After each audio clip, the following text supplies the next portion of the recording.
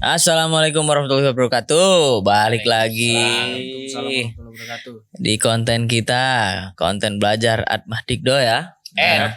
Dari dulu. Bahasa Inggrisnya dari mana sih? Hah? Dari mana? Pare atau jembatan Nano? Itu Pare Jogja. Zimbabwe Selatan ya. Tapi tes Asep kan kemarin. Asep. Nggak ada speaking. Nah kan lupa aku mau ngomong apa. Oh ya. Kali ini kita mau bahas tentang AJB ya. Karena ini masih sangkut paut sama konten kemarin, yaitu bahas perikatan perjanjian jual beli. Nah hari ini kita bahas yang dibuat oleh PPAT. Nah mungkin dari siapa nih mau jelasin pengertiannya dulu deh. Nah, aku lah. Ya. Aja. Oh yes. Aku aja, habis itu kalian materinya. Enggak, aku aja. Kalau pengertian aku mas materinya. Kalau ini sama briefingnya. Penting rules benar dulu. Nah, Tatapannya. gimana Ge? AJB adalah singkatan dari Akta Jual Beli. Adalah akta otentik yang dibuat oleh pejabat pembuat akta tanah atau biasa disebut PPAT dan merupakan perbuatan hukum pemindahan hak atas tanah karena jual beli. Oke. Nah, seperti penjelasan CG tadi, ini yang membedakan antara PPJB dan AJB. Salah satunya dibuat oleh PPAT. Kemarin kita bahas PPJB itu dibuat oleh notaris. Nah, itu tadi pengertiannya. Dari dasar hukumnya mungkin Gangsar bisa menjelaskan kan? Dasar CG dong. Oh, masih CG ya? Oh, briefingnya tadi CG ya? Ya, sorry. PP nomor 37 tahun 98. Jangan kayak gitu bang. Kasihan juga kan kalau tiba-tiba ditanya kayak gitu. Apa tadi? PP 37 tahun 98. Oh, PP 37. 3798 Ya. Tentang PPAT. Tentang ya peraturan pejabat pembuat akta tanah. Peraturan jabatan PPAT. Nah, kita udah jelas tuh apa tuh isinya. Pengertian sama dasar hukumnya. Nah, kita mau bahas apa sih isinya? Apa yang membedakan ini dari PPJB dan AJB? Apa isinya sama aja? Yang bikin beda tuh cuman pembuatnya tadi, yang satu notaris, yang ini PPAT. Nah, mungkin kalau yang ini nih, mungkin yang ahlinya Mas ya. Ahlinya si Gangsar. Bang Budi Lemar Gangsar. Jadi ada hubungan relativitas. Apa tuh? Einstein itu kalau nggak salah. Enggak. Biasanya yang punya tanah banyak kan tahu sih tanah kan. Ya, apalagi peralihannya. Yang punya tanah banyak kan Gangsar bukan aku. Iya. Amin lah. Amin. Ayo kan? Biar bukan cuma Gangsar. Sar. Jadi Ini kami nunggu kamu nih. Tapi untuk mungkin penalaran kau aja untuk orang yang punya banyak tanah, apa sih yang menurut kau tuh wajib sih yang harus dimasukin di akta jual beli nih? ya. Menurut kau aja salah bener ya nggak masalah kan, opini pribadi yang menurut Kalau kau wajib. opini saya itu saya belum tahu konkret ini ya. Yang Cara harusnya AJB. dimasukin Tapi di mungkin pentingnya di situ karena diaktakan. Dibuat di hadapan pejabat. Ya, pejabat. Minimal kan udah ada kekuatan. Iya, Ah. hukum tanah tadi. Terus isinya mungkin ada penjualnya, ada pembeli, Iya, Ya, dulu. karena harganya. harga. Ya penting itu ada tanahnya dulu lah ya Pak. Kalau nggak ada tanahnya ya ngapain Pak? Ya. Nah benar itu. Nah tapi mungkin yang benar tuh gimana sih Mas? Untuk yang wajibnya tuh apa sih? Kurang lebih aja. Biar yang penonton umum nih lebih memahami lah. Poin-poin pentingnya apa sih? AJB ini bukan jual beli tanah karungan ya. Iya. Kita jual beli tanah karungan, terus jual beli tanah Kayak pasir pakai itu, truk ya. ya. Enggak.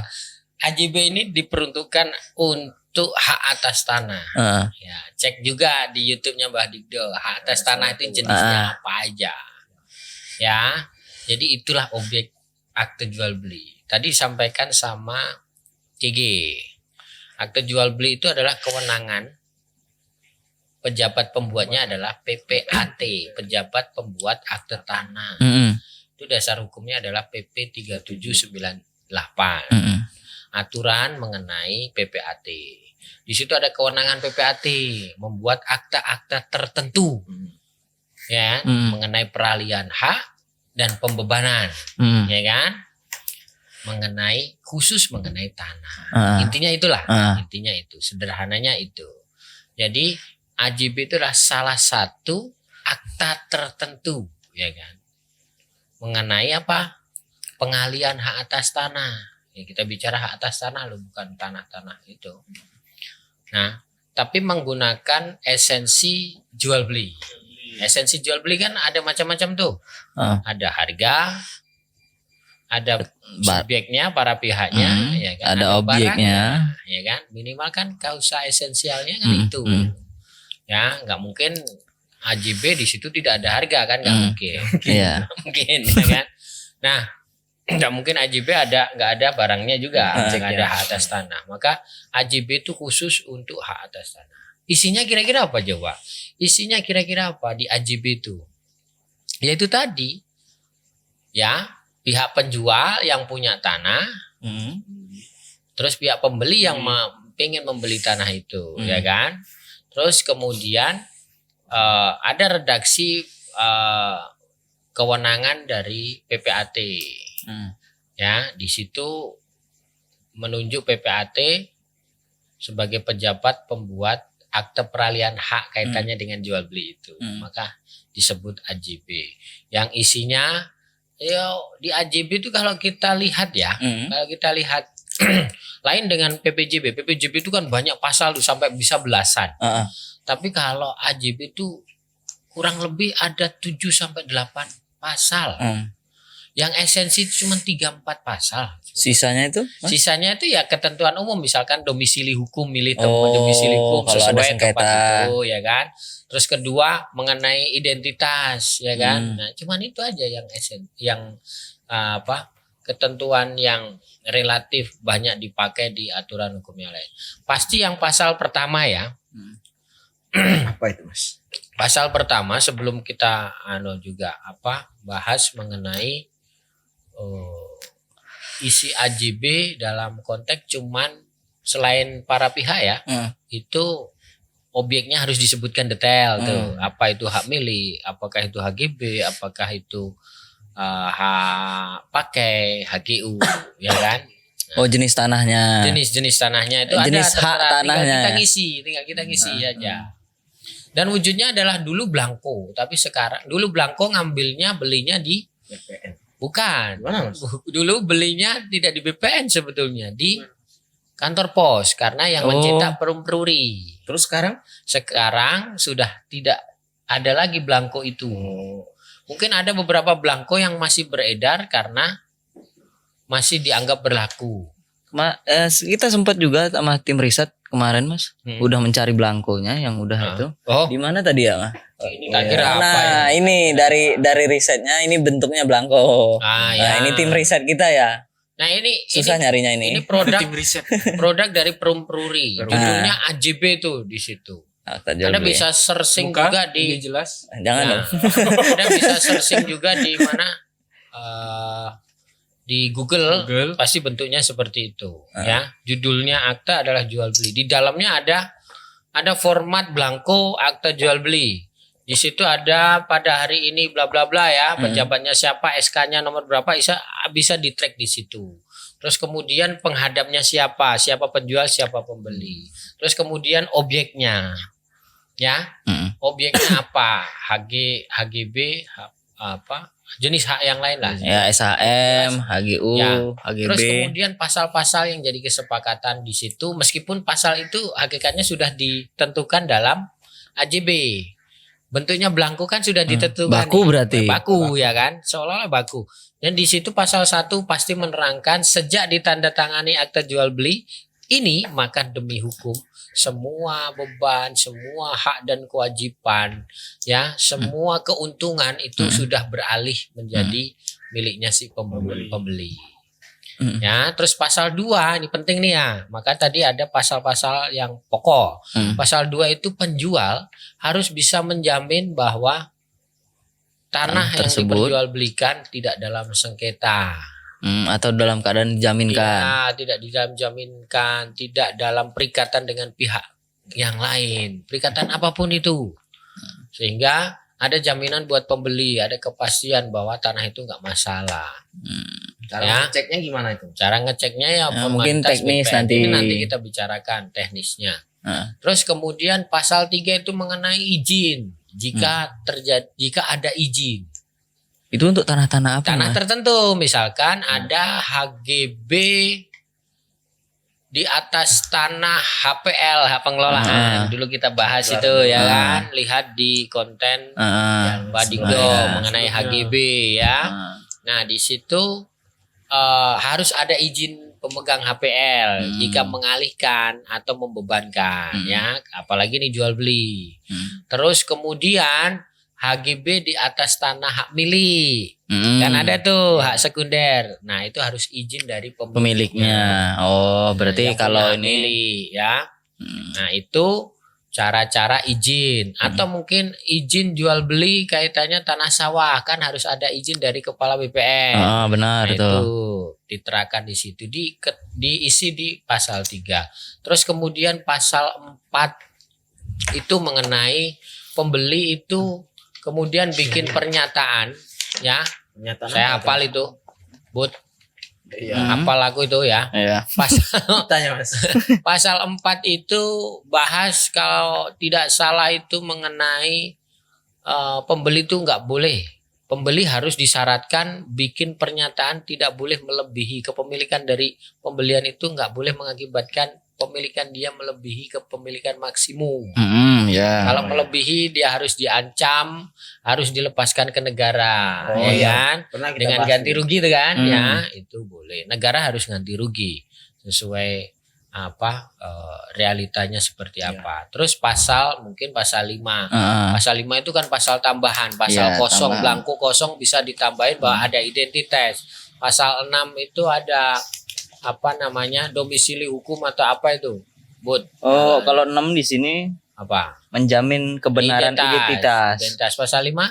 Pasal 5 terkait kalau pasal ada 5 itu perbedaan. Kalau ada perbedaan luas, itu sebetulnya pasal itu untuk jual beli yang belum tanahnya bersertifikat. belum bersertifikat. Nanti akan saya jelaskan. Nanti. Nah, ini isi pasal-pasalnya sampai terakhir memilih domisili hukum pasal 8 kalau nggak salah. Nah, baru ditandatangani para pihak, penjual pembeli, 2 orang saksi, baru terakhir adalah pejabat PPAT. Nah, di AJB itu ada coretan lembar pertama atau lembar kedua. Karena AJB itu cuman mengenal 2 lembar. Lembar pertama itu disimpan di PPAT di kantor.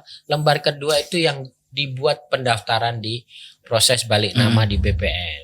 Ya, maka cuman ada 2 akte, 2 lembar. Ya, jadi nggak ada lembar keempat, tidak ada lembar kelima dan yang lain-lain. Cuman ada 2 lembar. Ya, jadi kalau ada pertanyaan ada berapa lembar akta PPAT? Cuman 2. 1 untuk PPAT disimpan sebagai dokumen negara, warka, minuta. Terus lembar kedua untuk didaftar di BPN. Nah, dalam ini bicara isi kan makin isi. banyak kan. Nah, dalam konteks sekarang ada mekanisme misal ya pendaftaran HT elektronik nih. Kan yang asli diupload tuh, yang lembar kedua kan diupload, tidak diserahkan ke BPN. Maka ada tugas dari kita, ada tugas tambahan untuk menyimpan dari PPAT-nya ya, dari Kalau PPAT-nya. dulu kan lembar kedua didaftar di BPN. Sekarang sekarang disimpan oleh Tapi PPAT-nya. baru yang APHT. Oh. Tapi kalau yang jual beli masih manual daftar di BPN. Itu 1, coret lembar pertama, lembar kedua, pilihannya yang mana. Terus yang kedua, kembali lagi bahwa tadi bicara objek kan macam-macam. Ternyata di AJB ini ya, ada pilihan loh, ada 4 pilihan objek. Bukan jenisnya. Apa aja itu? Ya, ada 4 pilihan. Pilihan model kepemilikan. 1, Kalau ternyata jual beli blanko sertifikat yang misalkan dalam sertifikat itu cuman wujudnya adalah satu lembar sertifikat, satu buku sertifikat, di situ luasannya 1000 meter. Ya cuman 1000 itu dijual gelondongan. Oh ya. Ya dijual gelondongan itu pilihan pertama. Sudah sertifikat dijual gelondongan. Dijual seluruhnya. Dijual seluruhnya ya. Itu ada milih opsi yang pertama. Nah, berarti kalau bisa seluruhnya ada pilihan sebagian dong. Ya, makanya pilihan yang kedua adalah pilihan sebagian. Di AJB diakomodir untuk membeli tanah sebagian. Ya kan? Dari luasan sekian seluruhnya yang kurang lebih sekian. Membeli sebagian yang kurang lebih sekian. Nah, yang ketiga? Yang ketiga membeli tanah yang belum bersertifikat. Oh, itu termasuk kayak pilihan. letter C. Tapi tanah hak lo ya. Hak milik adat lo ya, bukan hak penguasaan fisik. Kalau surat pengakuan hak dasarnya, Mas? Kan nggak bisa itu jadiin objek jual beli harusnya. Karena yang diakomodir di sini adalah gire, kohir, letter C, model D, persil, nomor berapa itu ada. Jadi ada kepemilikan lama yang belum dikonversi, belum didaftar, tapi sudah dijual. Jadi milih opsi yang ketiga, yang belum bersertifikat, belum dikonversi, maka nanti akan terbit sertifikat baru yang langsung atas nama pembeli. Ya kan, kalau dilampiri akte jual beli itu teknis nanti ya. Terus pilihan yang keempat adalah hak milik satuan rumah susun. Oh, Jadi tapi sekarang terpaksa, mohon maaf bahwa pada prakteknya itu terkesan BPN mensyaratkan kalau yang belum bersertifikat atau jual beli sebagian itu harus dilakukan proses pemecahan atau proses konversi pendaftaran dulu. Kalau yang beli sebagian kan diproses pemecahan dulu, dipecah baru dua, pecahnya, dipecah berapa? Sisanya dikembalikan, sisanya yang ditransaksikan. Sedangkan konversi ini kan proses itu butuh waktu lama kan. Sedangkan yang konversi ya sekarang disuruh untuk pendaftaran pertama kali dulu, baru dijual ke pihak pembeli, ya kan? Tapi kalau kita mengacu pada akta jual beli, sebetulnya pilihan untuk langsung membeli tanah sebagian dari sertifikat hak milik nomor sekian, sebenarnya udah kurang lebih sekian, itu seharusnya diakomodir karena di AJB jadi pilihan, ya kan? Nah, oleh karena itu yang di sini jadi pilihan, kenapa dipaksa untuk gelondongan itu ya kan? Harus dipecah dulu, wujudnya satu berkas sertifikat baru dibalik nama. Kan butuh proses panjang. Nah, ini yang kadangkala di tengah jalan itu ada permasalahan. Nah, ada terus meninggal pemiliknya. Terus bermasalah atau punya urusan dengan ahli warisnya dan macam-macam. Harusnya udah selesai dulu. Tapi karena harus dipecah dulu atau dipendaftarkan pertama kali dulu. Harusnya di BPN zaman dulu ya. Zaman dulu itu bisa mengakomodir beberapa proses permohonan. Jadi satu. Contoh kayak tadi ini kan karena ada pilihan jual beli sebagian, berarti ada proses pemecahan dan dilampiri jual beli, langsung nanti terbit sertifikat itu atas nama si pembeli, ya kan? Sisanya baru terbit atas nama pemilik lama. Tapi kalau sekarang di sini nggak bisa. Untuk didaftar jadi pecah dulu supaya ada wujud parsialnya atau bagiannya langsung dijual. Sama dengan yang beli letter C, ya pemilikan adat itu dikonversi dulu. Padahal zaman dulu konversi diselipi AJB bisa langsung keluar nama pembeli. Nama pembeli. Kenapa enggak sekarang? Kenapa itu? Nah, ini enggak tahu. Mungkin untuk kemudahan administrasi. Ya karena apa? Mungkin sistem.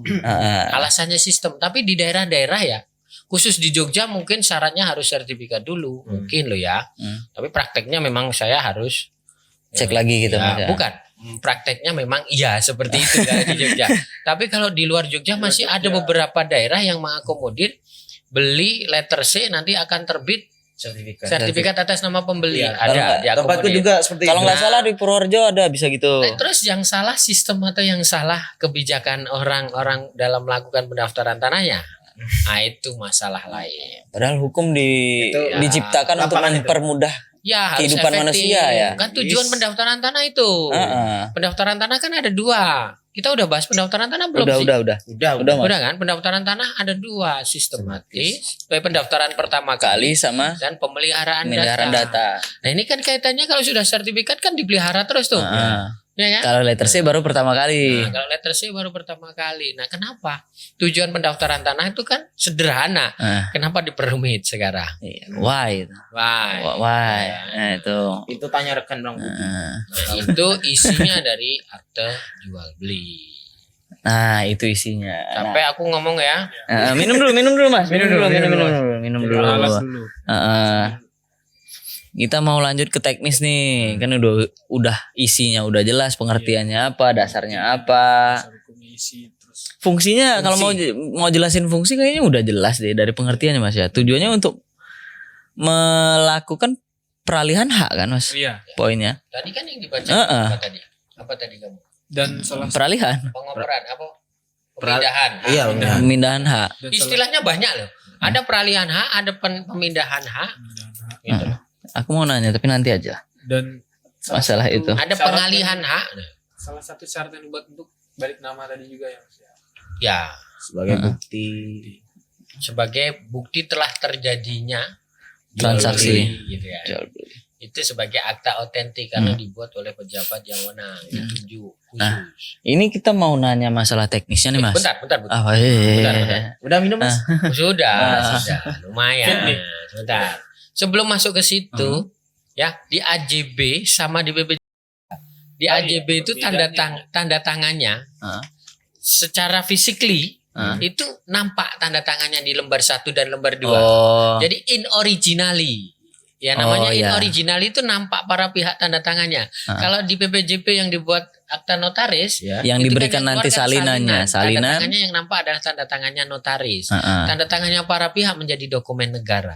Kalau di apa namanya? Akta jual beli. Akta jual beli yang menjadi dokumen negara lembar pertama tadi asli aktanya itu tetap ada tanda tangan para pihak dan saksi dan notaris. Ya, di lembar kedua yang didaftarkan ke BPN juga ada nampak tanda tangannya, bukan salinan. Ini nih aku mau nanya nih Mas, tapi nggak tahu ya. Kayaknya nanya aja dulu deh. Ya wes.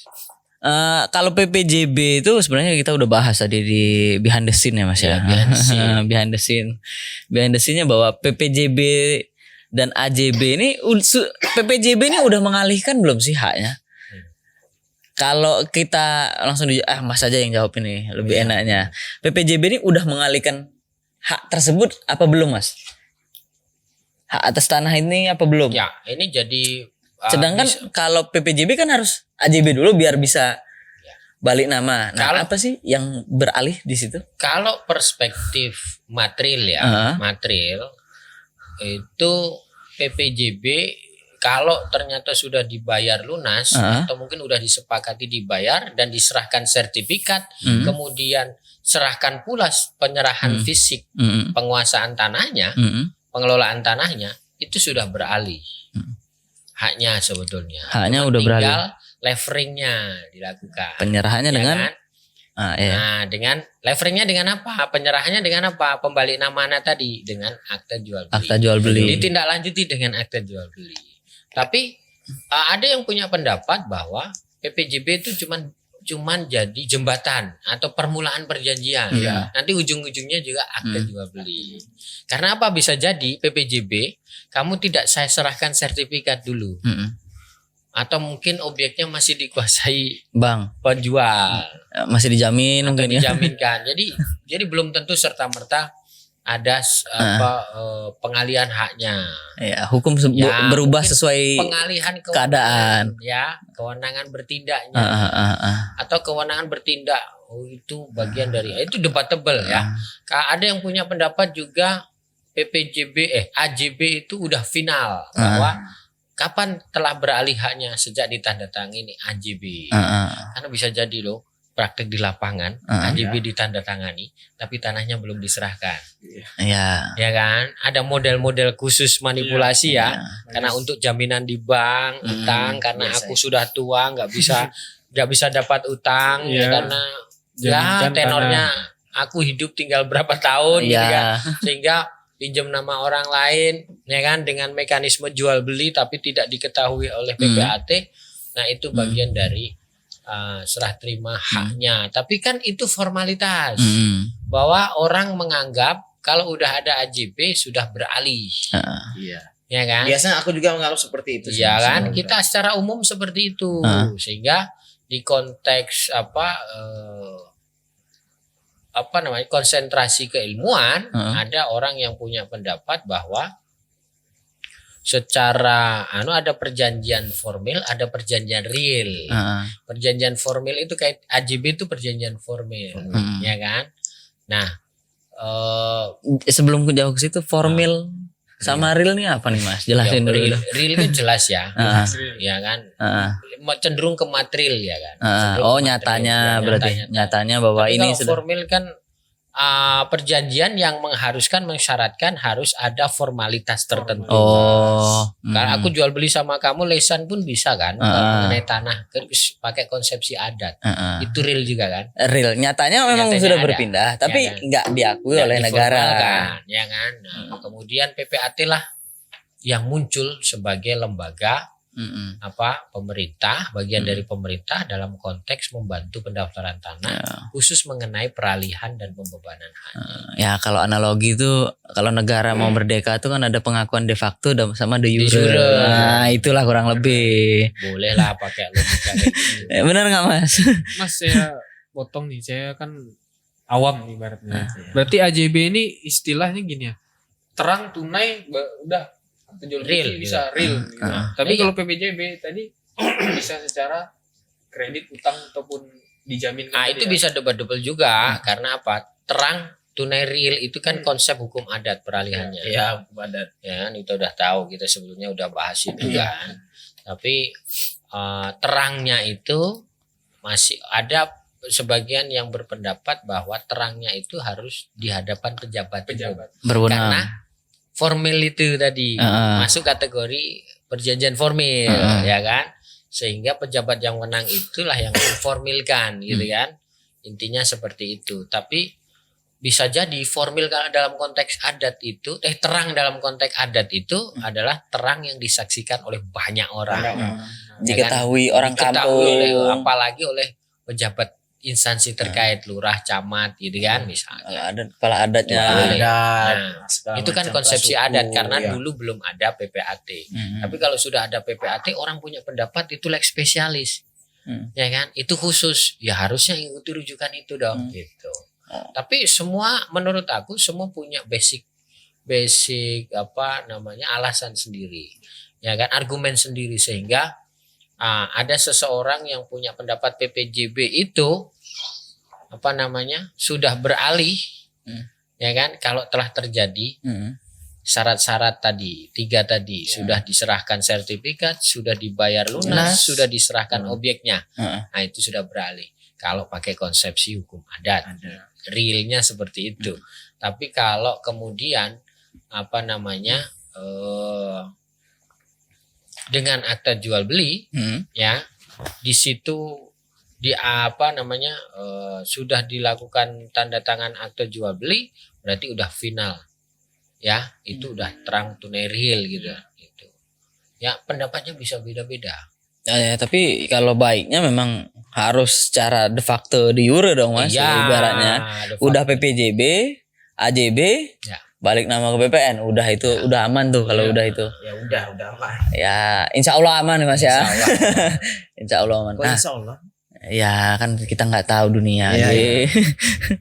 Nah, mungkin ini sebenarnya kita mau lanjut ke teknis. Ini sebenarnya mungkin memberitahu aja bahwa untuk masyarakat umum ini loh step-stepnya untuk melakukan AJB. Walaupun memang biasanya bukan penjual pembelinya yang melakukan tugas ini, biasanya PPAT-nya, tapi kita harus juga tetap tahu dong prosedur-prosedurnya apa. Mungkin yang pertama kali itu apa sih Mas? Ya, oke. Sebelum melakukan AJB dan setelah AJB. Oke, langsung AJB ya. Hmm. Temuan itu. Wong PPJB aja sebetulnya dilakukan tindakan prudent, tindakan permulaan untuk bisa mengecek ada mengenai objeknya. Yang pertama, misal deh, aku tanya sama kamu kalau mau beli tanah, sekarang tanah itu miliknya siapa, kondisinya seperti apa, dalam sengketa atau enggak, itu kamu Mengeceknya akan ngecek gimana? Itu. Minimal kamu kan ngecek kanan kiri kan, tanya, kamu datangin tanahnya itu, ya kan, tanya sama pemiliknya, ya kan, ke lokasi, terus tanya kanan kiri, ini sengketa enggak, ini dulu sejarah, minimal kan kayak gitu untuk observasi dulu kan. Ya. Sehingga ada keyakinan nih, oh ini nggak masalah, ini saya lanjut Aman ini. lah. Step selanjutnya adalah kalau sudah Secara ada nanya-nanya. verifikasi individu internal di mereka itu udah yakin, baru wah ini harus lewat PPAT. Nggak bisa dong lewat langsung saya ke BPN. Dari mulut ke mulut. Nggak bisa langsung ke BPN. Nggak bisa terus ke tempat freelance gitu ya misalnya. Freelance lagi. Ujung-ujungnya freelance. Enggak calo. Atau calo nggak bisa. Nggak bisa. Jadi langsung saja karena PPAT itu miliknya publik kan. Silahkan Anda ke PPAT. Ya datanglah ke PPAT. Nah PPAT kan sudah didatangin itu, kemudian dia menginventarisasi data kan, sama menginventarisasi keinginan dari si para pihak. Mau ngelakuin apa? You jual beli, ditanyain udah lunas belum, pembayarannya seperti apa, gini-gini ya kan. Terus kemudian udah tahu lokasinya belum, kan kayak gitu ditanyain. Sudah, ya kan, harganya berapa, ini kan ditanyain itu. Maka kemudian diformulasikan diisi dalam belangko. Tapi sebelum tanda tangan akte PPAT, akte jual beli itu, ada langkah-langkah administrasi lain. Apa itu? Notaris PPAT dilarang membuat akta sebelum sertifikat itu dicek. Oh berarti ada tindakan. Ada tindakan, harus pengecekan. Pengecekan siapa? Karena sertifikat itu yang menerbitkan adalah BPN, maka dicek di instansi terkait, yaitu instansi yang menerbitkan sertifikat itu. Bahwa tanah ini clear atau enggak, clear and clean atau tidak. Clear and Ya Sampo kan? dong mas. Apa? Sampo dong. Clean and Sampo. clear. Iya. Yang nembak-nembak. Saya kira sampo. Bukan. Nembak-nembak ketombe. Udah clear and clean. Kalau sudah ada ada informasi bahwa tanah itu clear, bersih, bahasanya bersih ya, bersih, clear, itu tidak ada jaminan, tidak ada catatan-catatan dalam Sengketa lah. buku tanah di BPN, maka kemudian diinformasikan sama PPAT, Pak, ini sertifikat siap untuk ditransaksikan. Oke, saya transaksikan. Kebetulan saya sudah DP, boleh kan? Sudah DP. Oke, lanjut. Pada saat tanda tangan akta jual beli harus lunas. Bayar. Tapi sebelumnya ada aturan juga di PPAT yang melekat. Bahwa PPAT juga dilarang membuat akta sebelum ditunjukkan bukti pembayaran pajak-pajaknya, penjual dan pembeli. Kalau pajak penjual adalah PPH, pajak pembeli adalah BPHTB. BPHTB singkatan dari apa? Bea perolehan hak atas tanah dan bangunan. Nah itu salah. Aja banget. BPHTB. Bea. Tapi kebanyakan tahu. Itu BPHTB itu untuk siapa? Longo semua. Enggak, udah di ujung lidah tadi mas. Tapi takut motong kami itu. Enggak enak. Awas cadel nanti. Seringan kayak gitu. Tanah, keaslian, terus pajak. Kalau sudah pajak, hati-hati loh. Sekarang ada aturan di luar aturan PPAT yang BPJS. kemudian bukan BPJS sudah dicabut itu. Oh udah cabut. Nanti. Tapi kita nanti. Sudah bikin. Ya dipending pemberlakuan. Ditunda sebetulnya. Nah, setelah bayar pajak, tidak serta-merta langsung kita kita harus ada aturan tambahan lagi, harus diverifikasi, divalidasi. Tapi itu kehendaknya si sebetulnya. Siapa namanya? Fiskes. Apa tuh Petugas mas? pajak, Oh. pemungut pajak atau instansi terkait. Kalau dalam konteks BPHTB, Bea Perolehan Hak Atas Tanah dan Bangunan, itu adalah pajak pembeli, itu kewenangannya di Dinas Pendapatan Daerah. Dispenda ya biasanya.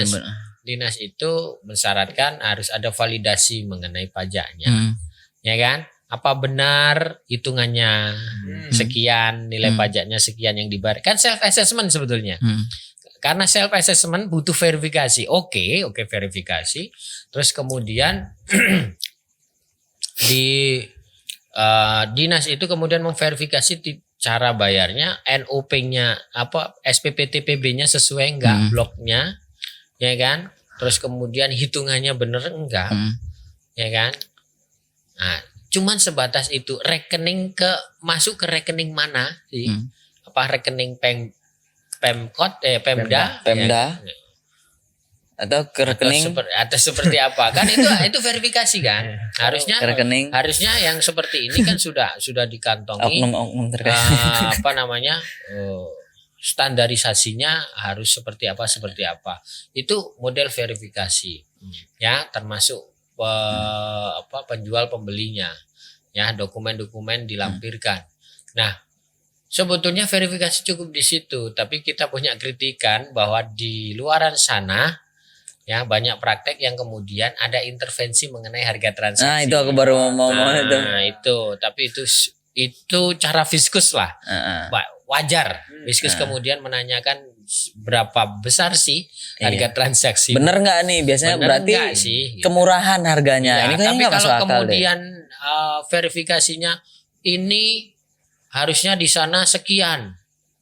Ya, kalau nggak sekian saya nggak mau ACC, nggak mau validasi gitu ya. Bisa. Nah, ini juga bagian pemaksaan yang menurut saya juga perlu diluruskan. Ya kan? Dan faktanya juga banyak transaksi-transaksi yang sebenarnya memang benar-benar itu, tapi ternyata di dinas itu menghendaki yang lebih tinggi, ya kan?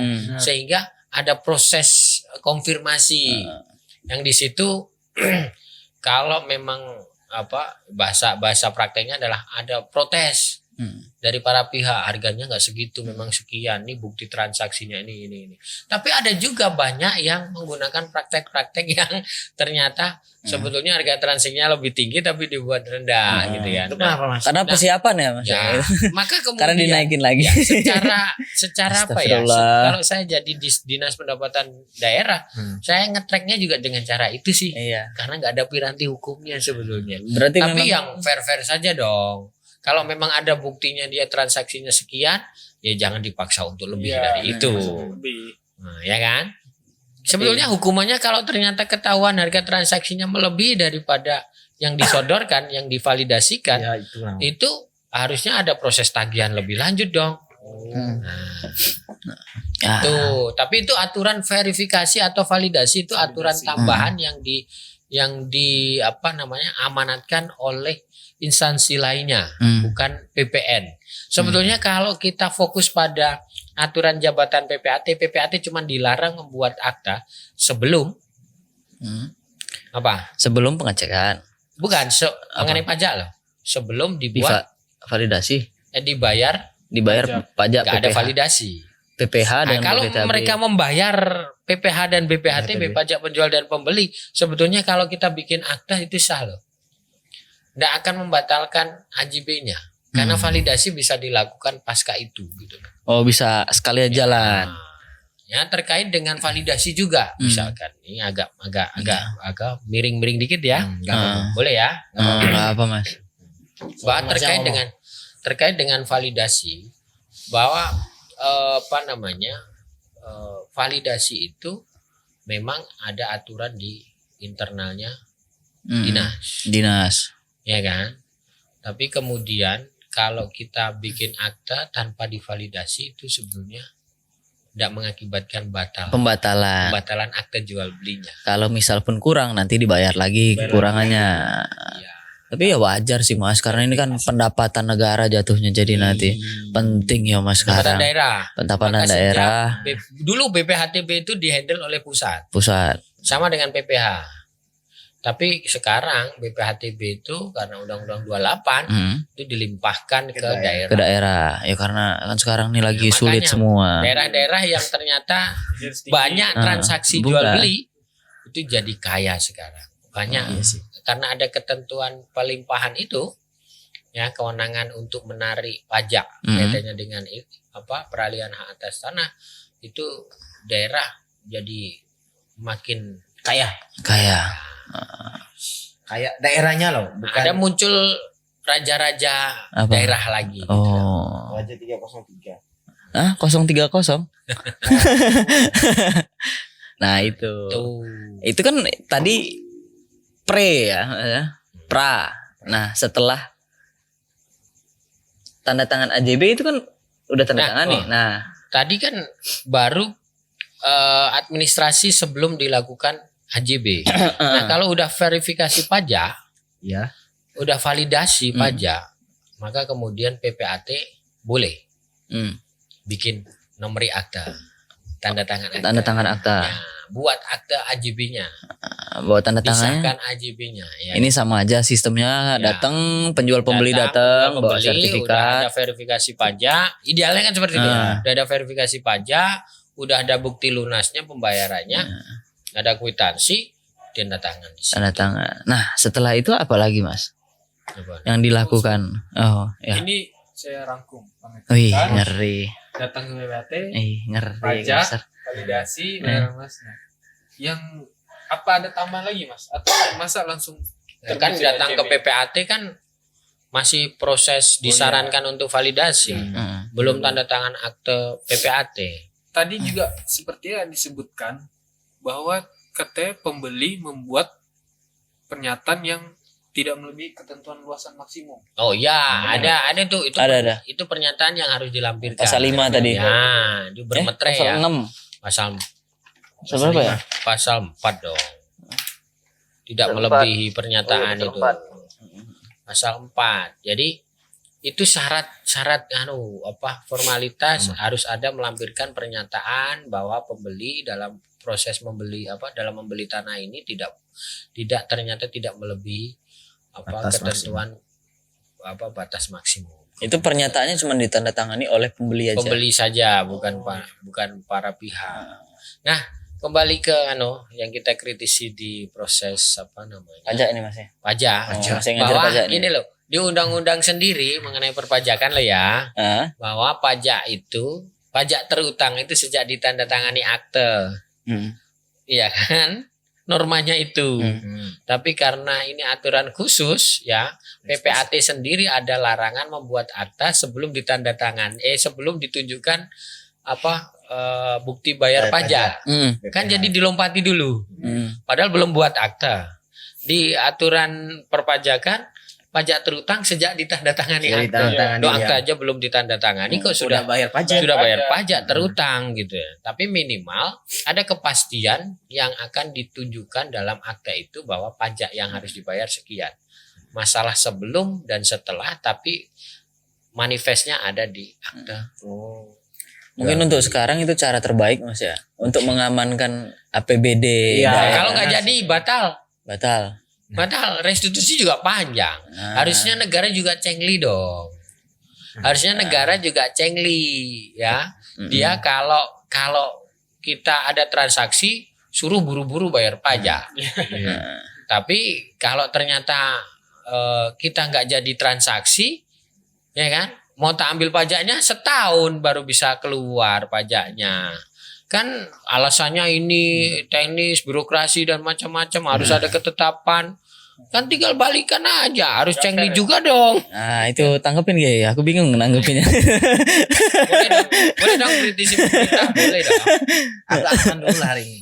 Pengen aman lah. Boleh. Gak apa-apa. Iya. Berarti itu tadi ya. Pemerintah baik. Nah.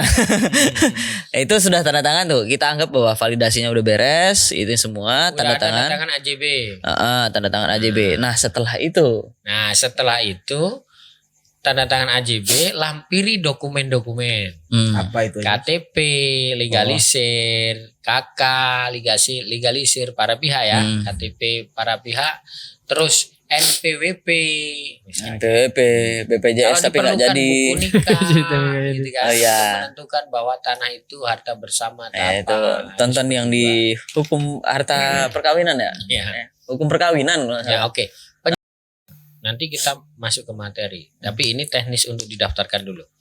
Jadi setelah itu lampiran dokumen-dokumen kayak pernyataan tadi, terus bukti bayar, pajak slip-slipnya itu dilampirkan, terus ada surat pengantar dari PPAT, didaftar ke BPN. Kuasanya siapa yang daftar? Bisa langsung didaftar oleh pembelinya itu sendiri, bisa pembelinya mengkuasakan ke staf kita untuk mengajukan memohon di BPN.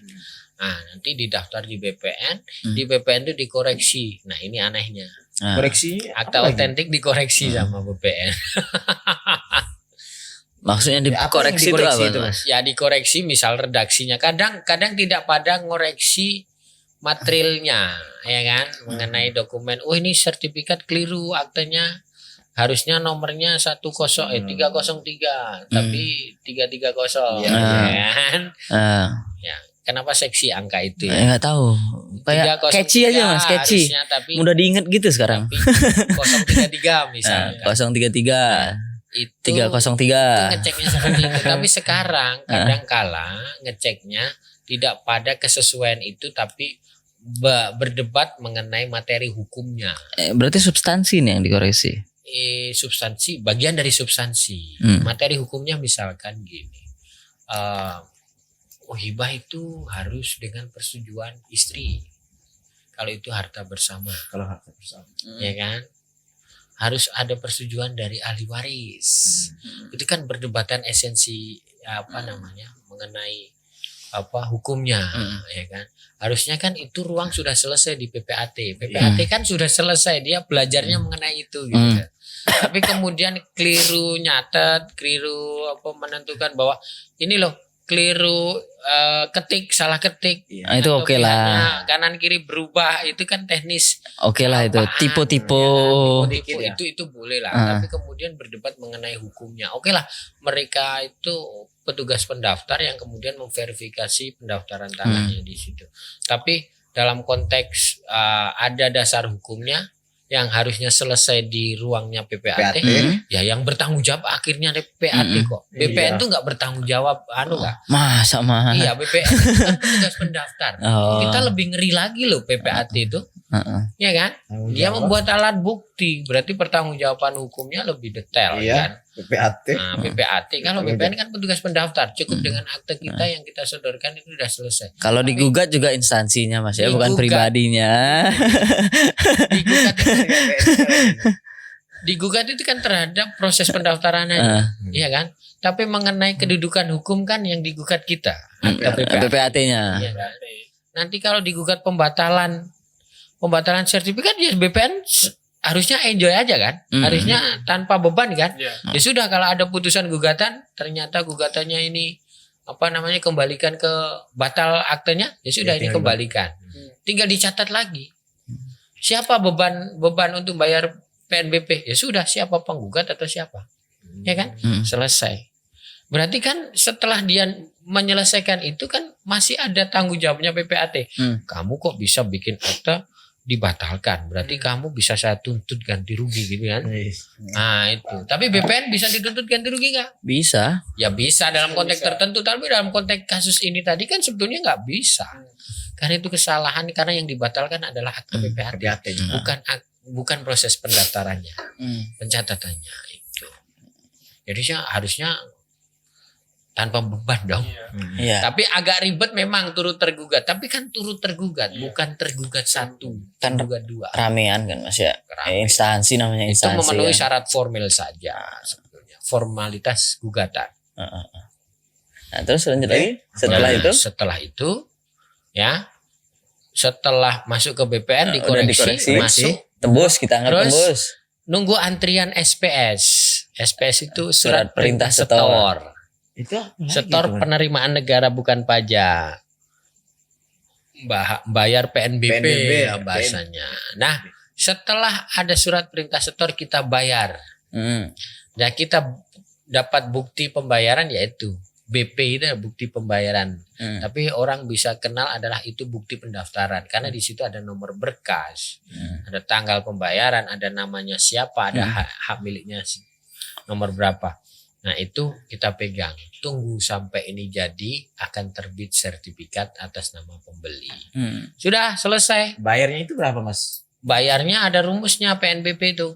Ya, Oh iya. ada rumusnya zona nilai tanah kali luas, ya kan, bagi per mil, gitu ya. Per mil nih Per berapa? Mas? 1000. Per 1000.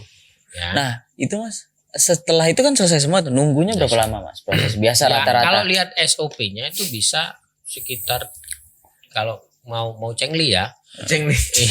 mau cengli itu bisa semingguan, 7 hari lah. bisa 7 hari. Bisa ada beberapa yang panjang. Ya, Kenapa bisa panjang ini? Karena Nggak numpuk, tahu. mungkin Ngantri, numpuk ngantri. Ngantri Itu kan banyak beban. soalnya. Nah, itu Bisa punya- dicengli Positif kan? thinking. Hah? bisa diatur itu. Oh, Kalau berkasnya lengkap, nggak ada koreksi kan cepet ya Mas ya. Waduh, nyapunya. Ya memang bisa diatur tuh dalam konteks kayak gini loh. Ini apa namanya? Disclaimer ya. Disclaimer. Ya bisa diatur itu ya tinggal tanya saja. Ini udah jadi belum? Tanya aja. gitu. Jadi belum gitu. Itu haknya pembeli kan. Oh, tetap bisa di track kita, tetap Ya, mengawasi. Ya, tanya. Kalau bisa jadi udah jadi tapi karena tidak ditanyain ya tidak Oh, saya ya. kasih tahu gitu kan. Cuek lagi cuek. Kita juga Iya. harus aktif. Ya, Makanya wajar. nanti dikasih tahu. Tergantung berarti ya Mas ya. Kita juga harus aktif. Oknum-oknum lah ada yang cuek-cuek gitu. Itu teknis Lah, dok, dari yo. proses pendaftaran sampai ke. Nah, apalagi yang kita bahas nih? Apalagi? Nah, itu Mas. Ini kan udah semua nih. Ada pertanyaan gak nih dari kalian? Kayaknya gangsar nih, udah searching, udah Iya. banyak banget nih. Udah nyatet, Sebagian. udah buka HP. Karena untuk belajar juga. Nah, Jadi wih. ada pertanyaan nih Mas. Dari beberapa tahapan dan cara membuat AJB tadi dan syarat yang dilakukan itu. Terutama saya ingin bertanya Mas. Terkait Apa lupa? apa tadi ya? Sebenarnya sudah saya catat. Enggak catat ini. Mungkin aku dulu Mas. Nah, gimana? Oke. Mungkin aku dulu. Ini kan ada proses-prosesnya yang panjang tadi kan. Hmm. Nah, ketika proses-proses itu pembeli atau penjualnya meninggal dunia salah satunya, itu piye Mas? Tetap bisa jalan kah? Kalau sudah tanda tangan AJB ya seharusnya proses Tetap jalan. dong. Proses jalan dong. Ya Kalau- kan? Kalau semisal pembelinya meninggal, Ya pembelinya meninggal kalau sudah terdaftar ya mau apa lagi kalau sudah didaftarkan di BPN sudah ada Oh. bukti pendaftaran tinggal nunggu jadi kan. nggak Nah, bisa langsung ke ahli warisnya gitu karena yang Ya Di tunggu atas- terbit dulu, Oh. baru nanti muncul haknya siapa pembeli kan Hmm. harus muncul dulu dalam sertifikat, baru diproses warisan. oh nggak bisa di tengah-tengah proses itu ketika Langsung salah ganti satu pembeli Hah? dilengkapin surat keterangan waris, pernyataan waris, surat keterangan kematiannya dimasukin Pak ini Ya, bisa enggak. nggak bisa Pak? Ya, Ya, Mas, ya. keterangan waris ahli waris, pembeli saja belum tentu kedudukannya, belum tahu kedudukannya kok, Hmm. belum lengkap kedudukannya karena belum terdaftar di sertifikat kan. Kenapa harus kita sodorkan keterangan waris? siapa? Di sertifikat belum nampak nama bapakmu kok. Oh Atau gitu. kok. Ngapain harus diproses keterangan waris? Dan nampakkan dulu itu Baru bisa proses. Baru bisa proses. Jadi tetap mau nggak mau memang harus terbit dulu. Ya, kalau itu di tengah jalan ya sudah bayar loh. Udah Sudah bayar loh. dikoreksi itu kan kalau cengli 7 hari. 7 hari. Berarti kan kalau nggak cengli kan ada lagi berarti kan? Panjang. Ah, Tapi kan selama sudah ada bukti pendaftaran kenapa takut? Oh, Tinggal gitu nunggu ya. jadi kok. Berarti kalau itu ya Masalah waktu itu kan masalah tergantung kota kabupatennya itu rame atau enggak transaksi. banyak kondisi lah yang sehingga mengakibatkan waktu itu berjalannya seperti apa. Fluktuatif yang namanya dunia Mas Ya. ya. Udah ketemu belum Mas Sar? Pertanyaan Udah. gua tadi. Udah. Masih ngambang bingung. Nih misalnya saya ingin beli tanah nih Mas. Contohnya saya aja. Saya udah DP nih. Kan garis tanah bangunan dan satu rumah susun tadi juga bisa ya Mas ya? Nah, Dari PPAT. Nah, saya udah DP Mau ya. beli apartemen. Setengahnya misalnya. Atau 5%-nya lah. Dikit. Cuman nggak jelas Mas. Ini nih si penjualnya. Terus saya juga makin kesini makin kayaknya bisa nggak sih Mas saya batalin padahal kan udah ke PPAT untuk bikin AJB terus karena nggak jelas saya mau batalin terus minta refunnin gitu uangnya bisa nggak? Nah, kalau kemudian itu disepakati di awal ataupun pas pada saat kamu minta refund itu ternyata disetujui oleh si pihak yang satunya, berarti udah sepakat dong. Iya. Ya kan? Para pihak udah sepakat itu bisa. Tapi kalau para pihak nggak ini kan kamu minta batal itu kan berarti Iya. sepihak Sepihak. dong. Iya. Jadi kamu harus punya tanggung resiko kan? Iya. Resikonya kamu pasti akan dikenakan penalti misalnya, Iya. ya kan? Atau ganti rugi ya, Hmm. yang dipotongkan dari harga yang sudah kamu bayar, Iya. ya kan? Refundnya nggak sepenuhnya akhirnya. Itu Karena bisa. kamu yang batalin Karena dulu kamu itu yang kan. batalin. Nah, ya kan? Walaupun udah lulus pengecekan dan lain-lain. Iya. Itu bisa dibatalkan, ada batasnya nggak Mas? Misalkan sudah masuk ke BPN itu bisa dibatalkan nggak Mas? Kalau masih belum terdaftar dalam sertifikat, belum sempat dicatat nama penjual, itu pembatalannya cukup dengan pembatalan dari para pihak dengan menggunakan akte, misal akte notaris pembatalan akte. Pembatalan akta. Karena akte PPAT kan nggak mungkin. PPAT cuma punya kewenangan 8 akte toh. Ya kan? Yang terkait Nggak ada tentang tanah. akte pembatalan nggak ada. Ya kan? Sehingga pakai rujukan bikin pembatalan di notaris gitu. Itu ketika belum tercatatkan. Belum tercatatkan. Dan Ketika sudah. sudah harus dengan putusan. Oh, harus pengadilan. Ya, itu apa namanya? Konsep hukum yang dibangun sebetulnya. Tapi gini, harusnya BPN karena yang dibatalin para pihak. Ya kan? Tidak satu pihak. Ya. Ya toh? Tidak salah satu pihak yang batalin. Yang batalin adalah kesepakatan para pihak. Iya. Ya. Itu harusnya BPN ada Windows untuk merubah itu. Dasarnya adalah pembatalan. Tapi kan selama ini nggak ada Windowsnya, nggak ada model apa penerimaan permohonan perubahan nama sertifikat atau pengembalian nama sertifikat ke pemilik lama karena ada pembatalan, ya kan? Nah itu nggak ada. Berarti gimana tuh Mas kalau mau Ya harusnya putusan? ada. Menurut saya Anda boleh nggak menurut kan? Menurut saya ada kan. Kalau itu ya boleh. Dengan pembatalan yang penting ada akta otentiknya, tinggal bikin juknis payung hukumnya dan macam-macam lah. Tapi Windowsnya harus dibuka, jendela untuk pendaftaran tanahnya itu, ruangnya, slotnya harus ada untuk masuk ke ruang itu. Ada pembatalan. Tapi untuk sampai sekarang kalau belum difasilitasi. pembatalannya digugat oleh salah satu orang, ya harus Ya, dengan pengadilan pengadilan dong. itu ya udah. Berarti memang belum ada fasilitasnya ya Ya. untuk memfasilitasi bahwa kalau sepakat penjual pembelinya untuk membatalkan ketika sudah tercatat di sertifikat itu memang harus pengadilan. Ya. Walaupun udah sepakat tuh Mas. Nah karena apa? BPN pasti takut. Ya.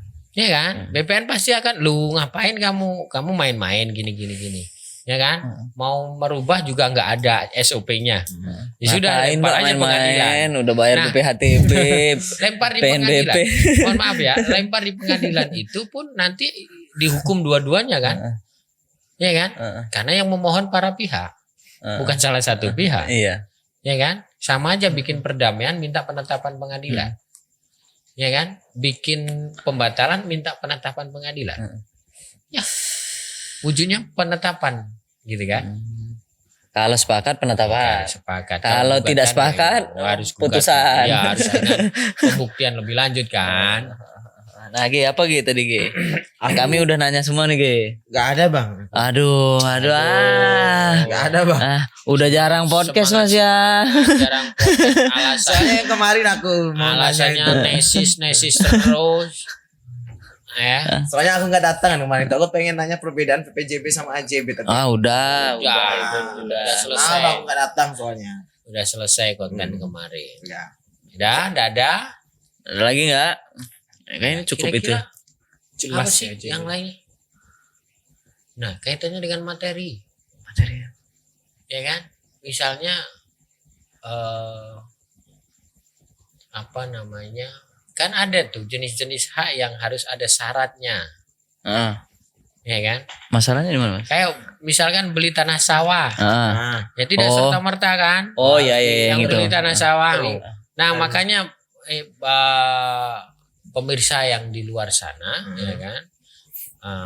tolong cermati kalau beli tanah sawah, kadangkala itu beli tanah sawah itu cuman sekedar beli tanah langsung dibeli saja. Hati-hati bahwa dalam peraturan hukum pertanahan Ya. itu orang tidak bisa serta-merta membeli tanah sawah.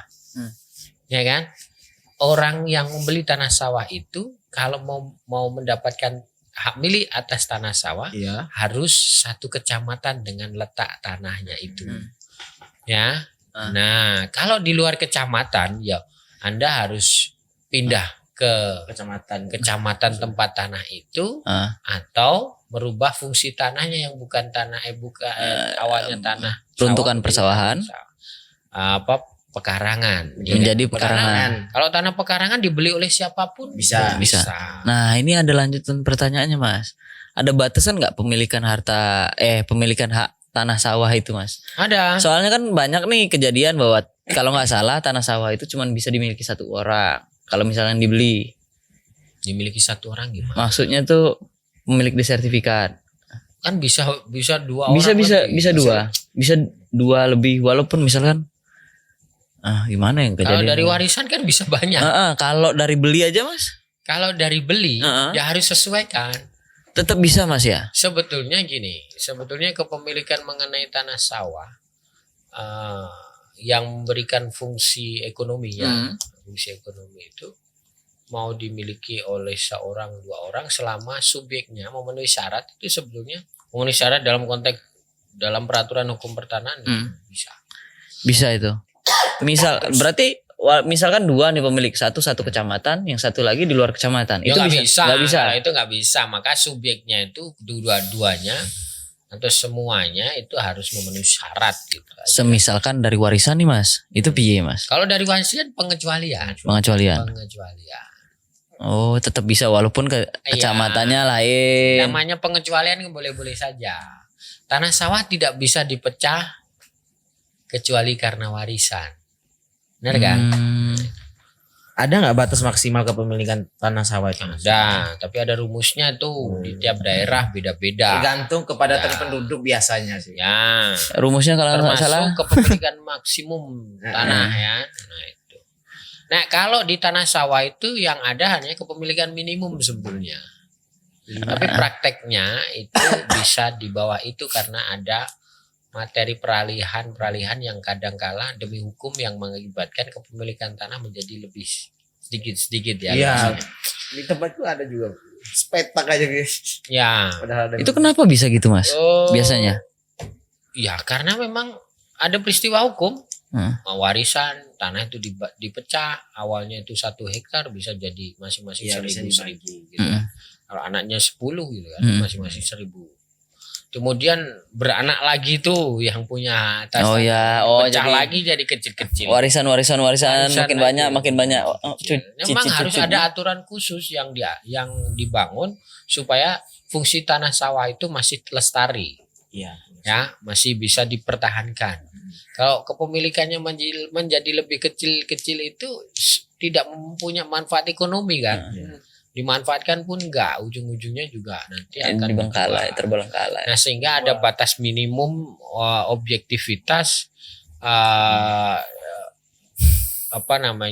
ada nilai ekonomi yang minimum yang dapat diambil ya kan, dimanfaatkan dari tanah itu gitu. Kalau cuman sekedar pecah-pecah dan pecah ya bisa jadi akan terjadi pecahan kecil-kecil. Padahal sebetulnya kan kepemilikan tanah pertanian itu batas minimum bukan maksimum. Minimumnya 2 hektar. Minimum 2 hektar. Tapi karena waris. Gini, sebetulnya ada prinsip. Aku punya tanah sawah 2 hektar. Tapi kemudian aku mau jual sebagian ke kamu. Gak bisa. Aku harus jual seluruhnya. Karena tadi batas minimum tadi. Kalau aku punya tanah 4 hektar mau tak jual 2 hektar 1 hektar bisa karena aku punya batas minimum. Tapi batas minimum zaman sekarang 2 hektar kayaknya juga langka. Iya. Kecuali di daerah-daerah yang karena